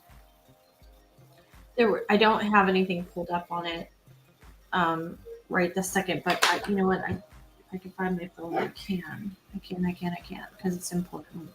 But I need to check to make sure that it's still, there's a story coming out of New York City. I believe it's like Prospect Park. And it is I know exactly where I'm going to be able to find it. Oh, and hold on 1 second. Oh, that's something different.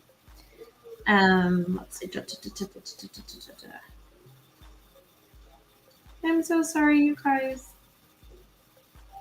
It's literally, okay, here we go. No, that's not it. Okay, it's this one. Let me see if I can pull it up on the computer really quick rather than just like sit here, because it is a missing persons case and just reading it to you as not effective. I thought you were going to tell us about the killer cicada wasps that were taking over New York City, but all right. So I don't know anything about that. I heard somewhere there were sardines falling from the sky. Probably a water spout. Please do tell. Do tell. Oh, I only saw it on the Weather Channel. They were talking about these cicada wasps that are taking over New York City and killing all the cicadas. And I was like, oh, that's sad because I like cicadas. But I did too. where was the sardine thing falling out of the sky? What city? I can't remember. If it's coastal, it's going to be a water spout for sure. Yeah, I'll have to look that up in a second too. Okay. Okay, it looks like they found her. Okay. So we'll let that one go. I'll talk about this like, well, let me just figure out what's Aimee. It was San Francisco. with the sardines. Yeah. Yeah, so you're right. Really unusual. Yeah. Because San Francisco doesn't get a lot of water spouts. Well, they do sort of, but they're quite a little bit more north than say LA and that, where they get a little more heat. But I do know that every so often San Francisco does get tornadoes that form over the water and then cross onto land around the Bay Area. There was a big one about 10 years ago that kind of damaged some homes and stuff in the Bay Area. So that might be something like that, where it formed off the coast and it sucked up a bunch of water and fish, and then as it came over to land, it dissipated. And when that upward motion is no longer there, the fish just fall from the sky. So, oh, to be a fish. Like, what the hell? Yeah. Yeah, those and Nemo's having a fun ride. Yeah, I know. I was thinking about Nemo going through the when he's with the turtles, and they're like, They're going through the current, the yes, the big East Coast current. Yeah. yeah, but what? There's something they call it something else. It was a Jeopardy question the other night, and I got it right. What was it? See, this is how my brain works. Now I can't remember. There's a particular name for it. Anyway, I love the baby sea turtles in that movie. So there was I'll just tell you this. She's been found, so it's a good thing. There was a teen in Brooklyn, New York, a young teen, 14. She was babysitting her siblings. Her mom is like a big person in education, a lot of good friends, like seems like a good family. Little girl's name is Honesty Elliott. So she was missing for a couple days. Her mom couldn't imagine like what happened to her, just came home and she was gone. There was a video where she mentioned, you know, how good and responsible her daughter was. Obviously she left her in charge of her siblings, but that she had gone into her room the other day and it was late and she had found Honesty on her laptop. And apparently mom wasn't pleased, but that's all we heard about the story. Not like what she was doing, if it was taken away or whatever. And so earlier today when I was reading this, I was thinking there's something with that computer. So either somebody lured her out of the house or somebody was, honesty revealed some personal information. Somebody came and took her, but I think the root of this problem is the laptop, because the way the mom explained the situation, the argument about having the laptop that late at night and open and working on it was not enough to destroy like a mother-daughter relationship, even temporarily. Okay. You're having fun with Love Chat XYZ Best Adult Dating Site. Good for you. I think it's healthy to have a sex drive, but this isn't really the place. So I'm gonna go take care of you real quick. Oh, it's gone. It's already gone. Good. All right, good. Idiots. Yeah. So I was gonna share that. That was gonna be like my secondary thing, was show her a picture and put that up tonight. But thank God she's been found. She was found in an apartment not far away.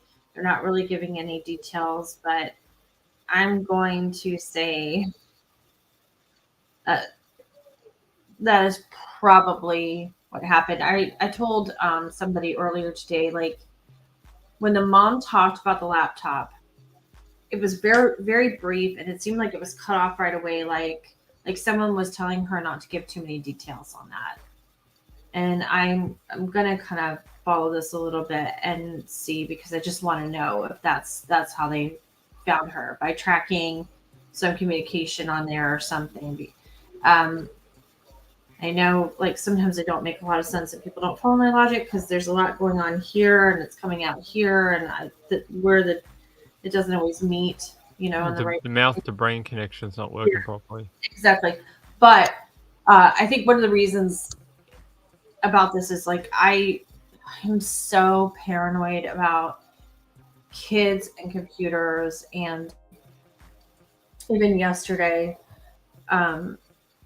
my stepson just had a birthday, and one of the things he received was like a gift card for Roblox, because that's like one of the things he plays like on the laptop, like not on Oh, that's a fun game. Yeah. Isn't there a lot of predators on there though? Yeah. So he's not allowed to chat. His profile picture is like an 8-bit character, like all this stuff. You just put a 40-year-old man as his avatar. Right, exactly. So some creepy Freddy Krueger thing. Yeah. So remember that guy that like came on our channel and changed his profile picture to some weird. Oh yeah, that guy. Like that crazy photo.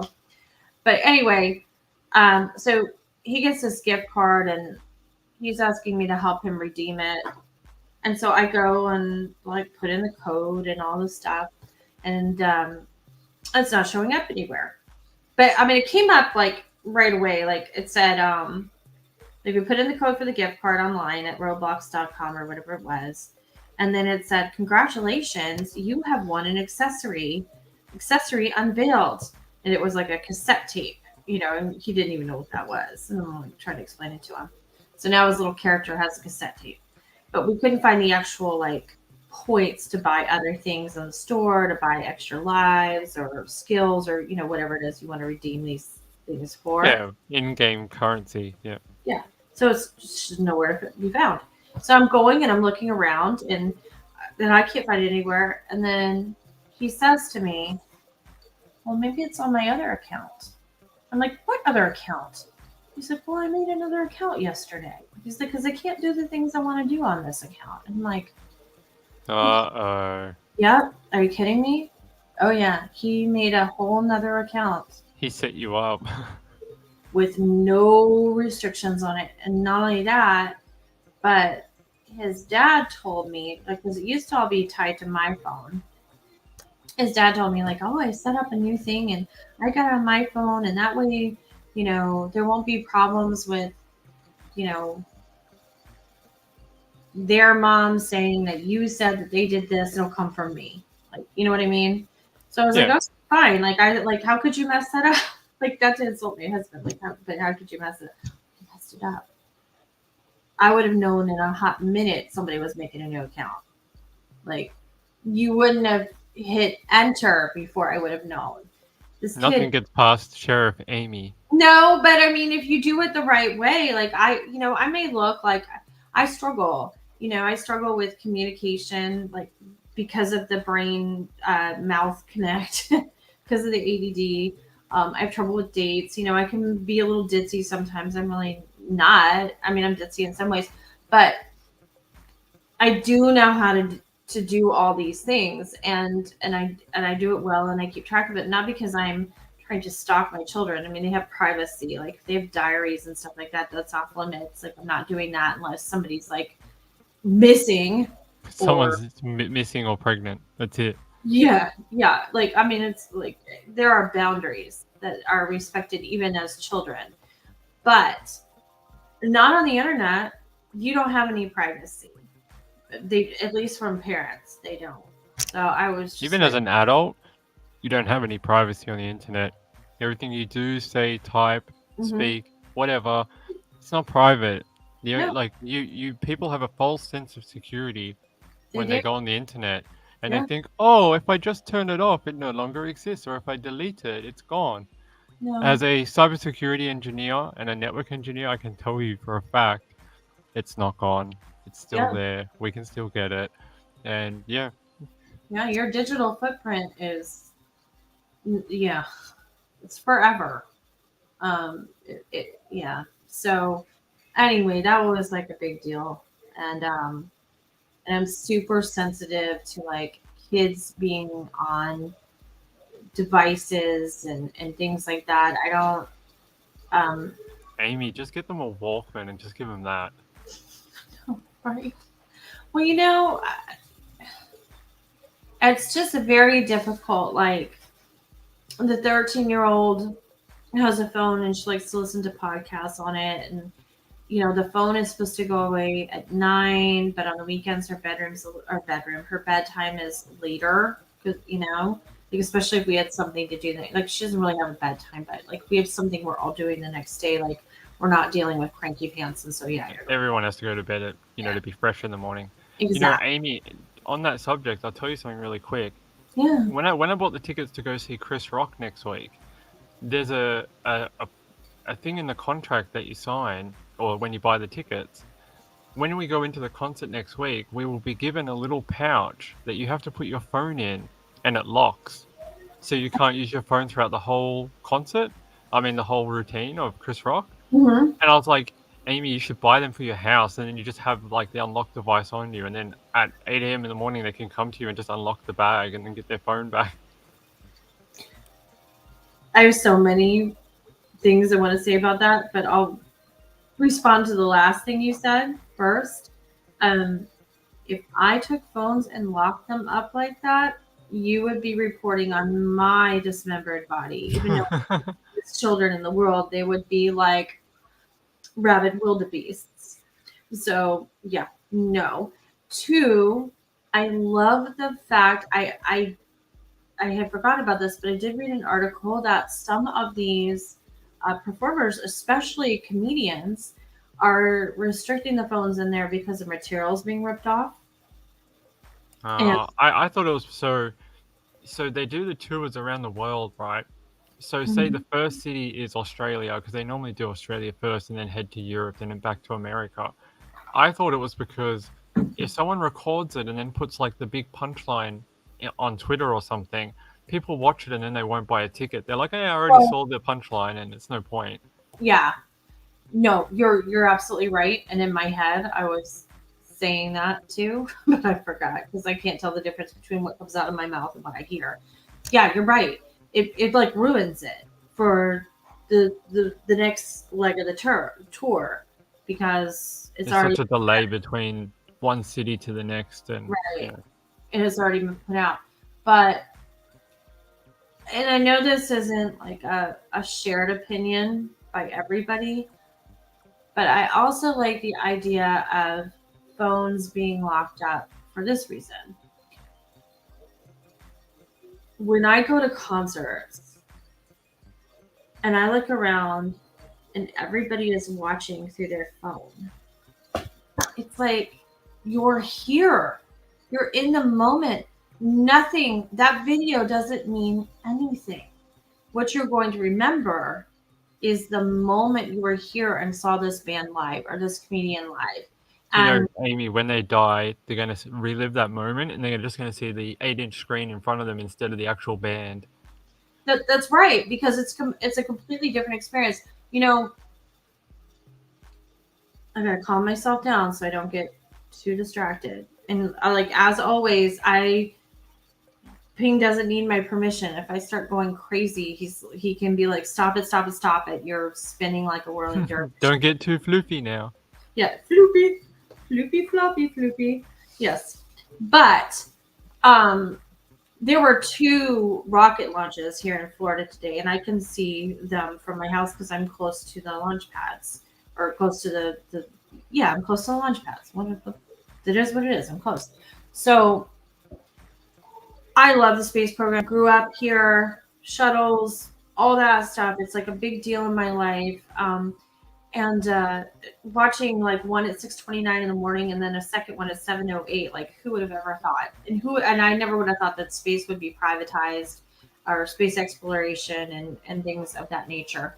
So I used to take video for family and friends for Instagram and things like that have never seen it. But the truth of the matter is I don't anymore, because it looks like shit. Oh, sorry. It looks really bad on my camera. And it's nothing like standing there, enjoying the moment, feeling the rumble, hearing like the sound is a 30-second delay. Like the rocket will be gone and then you hear it going off. You know, it's like this crazy, this whole thing. And I feel the same way about concerts, because when I'm watching a band I really, really like, I don't want to watch them through my phone. And there's another thing, maybe we could talk about this another night, but my sister and I were just talking about this. When you go to a concert or a sporting event and they play like a national anthem or everybody sings the song, Ping, you know that feeling you get where you get like these warm and fuzzies? Like kind of like It's this. like because everyone's doing the same thing at once, and it's kind of like everyone's together. It's everybody's body, their heartbeats trying to sync together is what it is. It's You know what it is, Aimee, as well? Have you ever gone to YouTube and looked up like whatever concert you're at on the weekend, or whatever event you're at the weekend, and there's always some person, and it's like country guy 67812, and he's like, I have a 23-second clip of that show or whatever, and it's always like the camera's moving around and the audio's crap, and you're like, what's the point? Just buy the DVD in like 6 months from the person. Just it's $30. I think it's, trust me, you guys, I'm not a minimalist. I am a maximalist, if anything. Like I'm a minimalist in my appearance, but I like a lot of stuff. I like a lot of color, everything like that. I just lost my point. Have you not seen Amy's house? It just has lasers everywhere, all the colors. Yeah, no, I have no idea why I was going to say that. Why was I saying I was a minimalist? Why? Because it was like I had made a good connection in my mind. Maybe you just wanted to tell people how colorful you are. I wear black every day. I don't think I'm very comfortable, colorful. No. Oh, I know what I was going to say. Okay, I got it. Hold on. I'll try to do it real quick before it's gone again. Okay. So what I was going to say is I'm a maximalist, but the way I live with my maximalism is that I can't hold on to things unless they are displayed and I can look at them and enjoy them. Okay. So like I don't keep boxes of stuff just to keep them. Like they've got to be able to be put on a bookshelf or put up on the wall or like something. They have to, because otherwise what are they doing? They're just sitting in a box. And I've been to way too many estate sales where like it's so very sad. Like somebody held on to letters for like 50 years and now some estate company is supposed to try to sell them for like 10 cents a piece. And it's just like, That's gosh. sad. Yeah, especially if they're like love letters or like war love. Like you get the ones like the love correspondence in war. Like I see them a lot at auctions, and it's very sad that someone wants to profit off that. Or I think they could just stay with the family or go to a museum or something. Well, here's the thing. Like sometimes the family doesn't want it, or there's no family. And what I see a lot of is like travel letters, like people that went and took a, like what was it during the 40, or I guess like during the 50s, where like people were like going to Waikiki Beach, and it was like It's 1912, and we're going through the Amazon. The locals are not very friendly. right. Somebody said dinner and looked right at us. Whoa. Yeah. But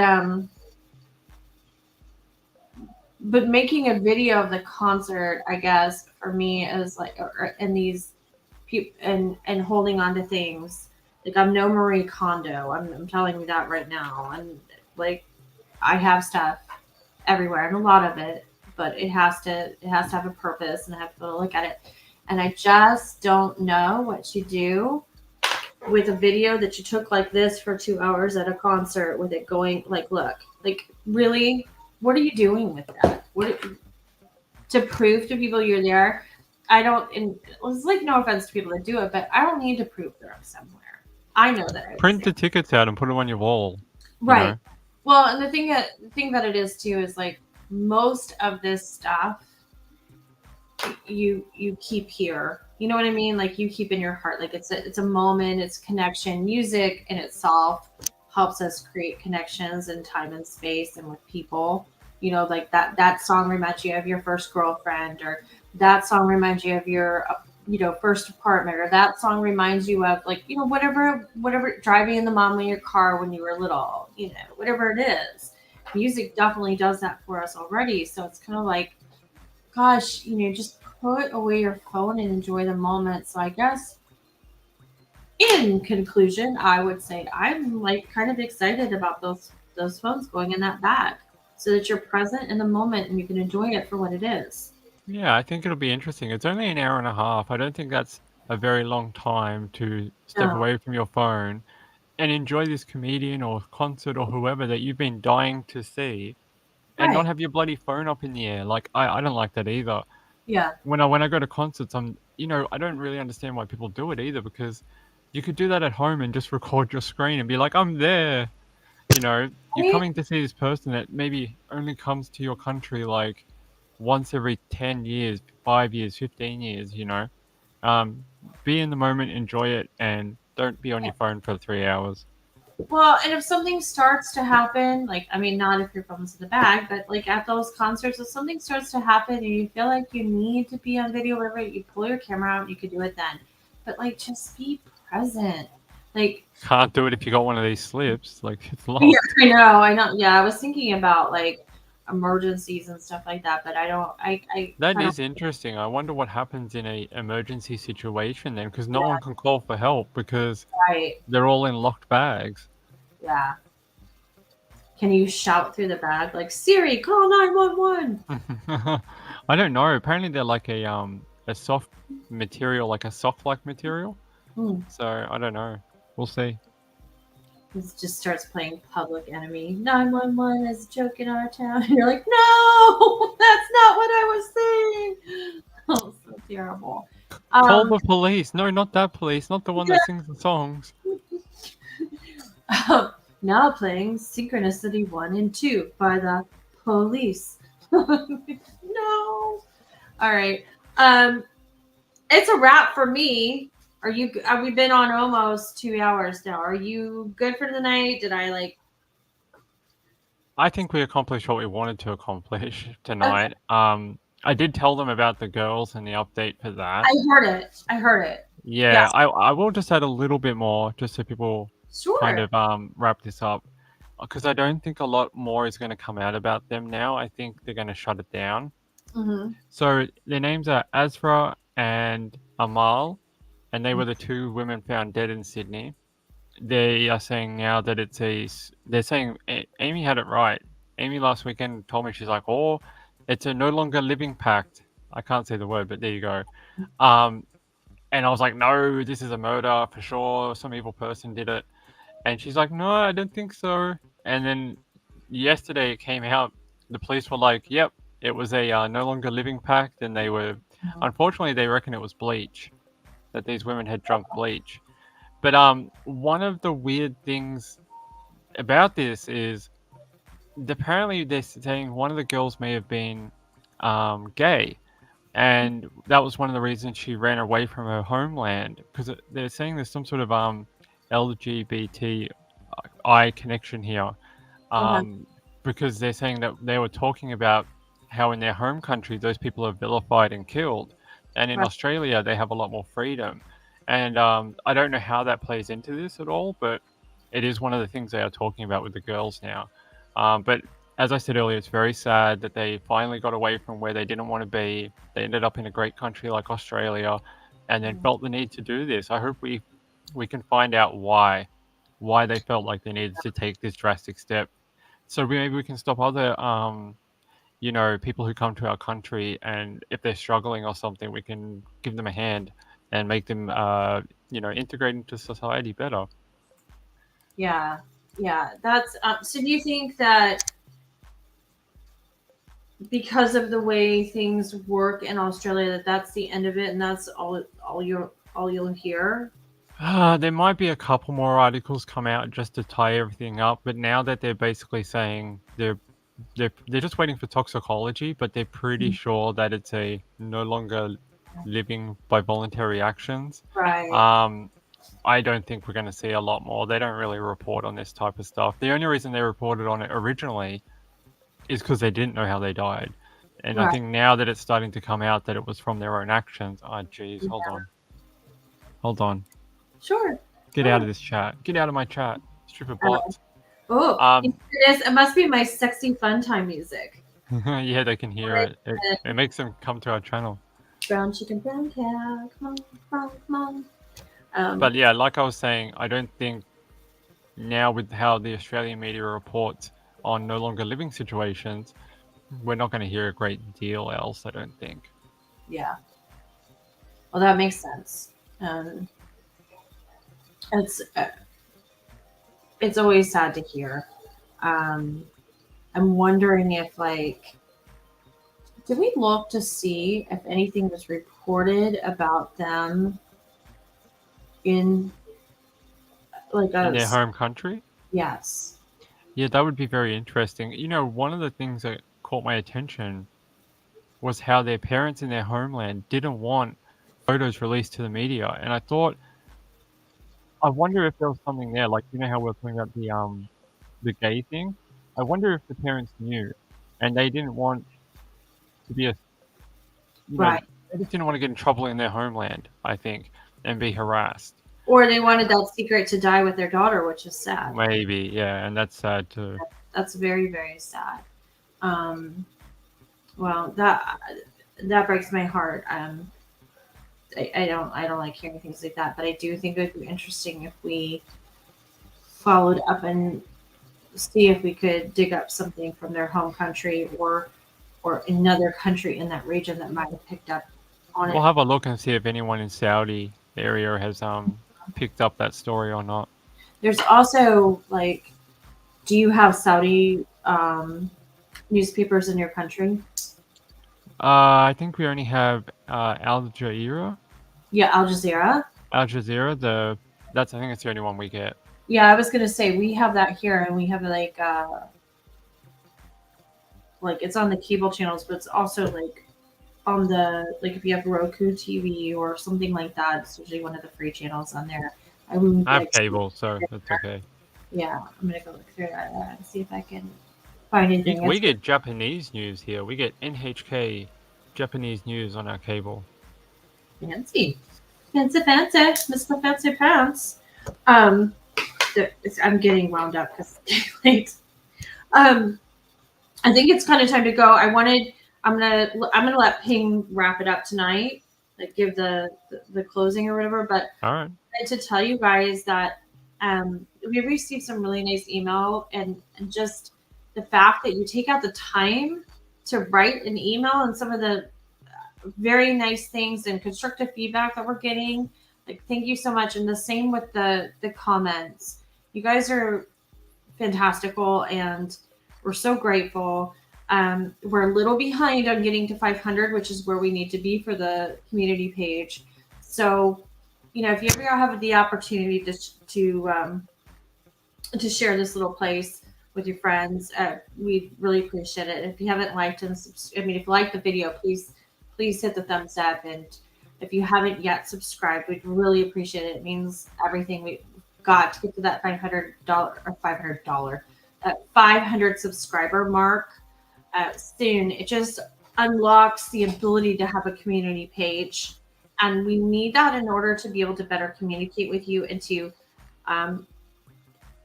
provide you with things outside of the YouTube time. And I'll tell you, one of the things today was that I had some documents that I wanted to post, but like, where am I going to post them? I don't have anywhere to post them. And I'm not going to fly on here. And Ping and I are 14 hours apart. We do most of our communication on here because we don't have the opportunity to speak very much. So like the 500 mark is just super, super, super important. So on that note, I'm going to try to stay quiet. I'm going to let Ping has told me, just give me a second here, that he is going to sing his goodbye song from The Sound of Music.